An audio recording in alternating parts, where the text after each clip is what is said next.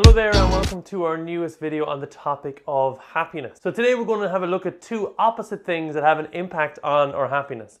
One of them is smiling and the other one is worrying. Did you know that just the act of smiling alone can increase the feeling of happiness in our lives? So when we smile, endorphins are released into our body. And like I mentioned in the gratitude video and the video about exercise, these endorphins can actually make you feel happier. Scientists say that by smiling more, you can help slower your heart rate and decrease stress in your life. Normally when we smile, it's an effect of happiness, but scientists have shown that it can be a cause too. So don't be shy and keep smiling, even through the hard times. You may feel silly if you're smiling in the middle of an exam, but if you keep smiling, you'll start seeing the positive effects in your life soon enough. Throughout this entire series, I've been talking about steps that we can take towards being happiness, or things that we can practically do in order to see happiness in our lives. Well, now I'm going to talk to you about something that we should stop doing. We should all stop worrying so much. Researchers found out in a study in Cincinnati in America that up to 85% of things that we worry about don't actually happen. So if you think about that, the things that you're worried about, maybe it's exams, maybe it's friends, maybe it's school, and you have a look at what's worrying you, well, chances are that 85% of those things won't even happen. Now, we do have other videos on the channel that can kind of deal with the area of worry or anxiety or even stress in our lives as well. If you check out the video on stress, it'll go into more detail about worrying and the impact that that can have on our life. Also, if you want to check out the video on prayer, that's one thing I do practically to help me deal with worry in my life. So throughout this video, I've outlined different steps that we can take to increase the feeling of happiness in our life. So what I decided to do is have a chat with one of my co-workers here at Tobar Nua and see which step they looked at and which they applied to their life, and we can see if the effects are beneficial or not. Hey guys, me again. As you see, I'm wearing something entirely different because when I first went to record this, I messed up the audio.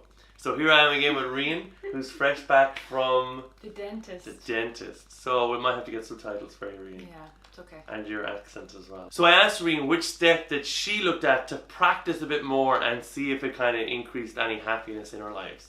So Rian, which step did you look at? Was it exercise? Was it gratitude? Was it all the other ones? The exercise one I left to the side, and I decided to focus on healthy relationships. Why was that the big one for you? Because when I took stock and started to observe, I noticed that looking after the people I love and putting them first made me feel good. It's good to look after people I care about.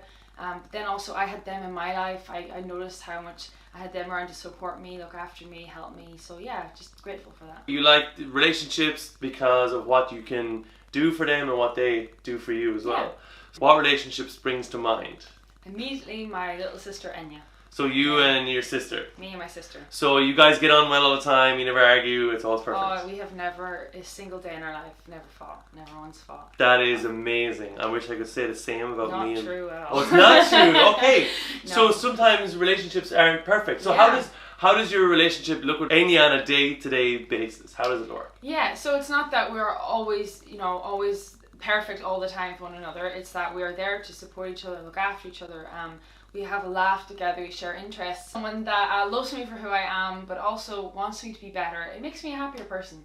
If you had any tips for someone about like a healthy relationship and how it should kind of work or how it should feel, what would you say? In my expertise, it would be someone that loves you for who you are, someone makes you feel good about yourself, loves you in yourself, but then encourages you to love other people, So yes. Because of that relationship with that person, you want to be good to other people as well. Thanks so much for coming in, really appreciate it. I hope you guys enjoyed what Rian said, and we'll be coming, I think that will finish up our series on happiness. So our next series then will actually be on resilience. Do you think you're a resilient person, Rian? I may be an expert in that area as well. Will you be tuning into all the videos on resilience? I might top up my information. Excellent. Yes. Okay guys, so we'll see you then. Thanks so much. Bye bye. Hello again. If you like what you've seen in this video, be sure to check out our playlist on happiness or the other playlists that we have. You can also check out other videos on the channel. We talk about forgiveness in one, prayer, and we also talk about stress. Also be sure to like and subscribe to this channel and share it with anyone that you think would enjoy it. Go to Margaret. Slán.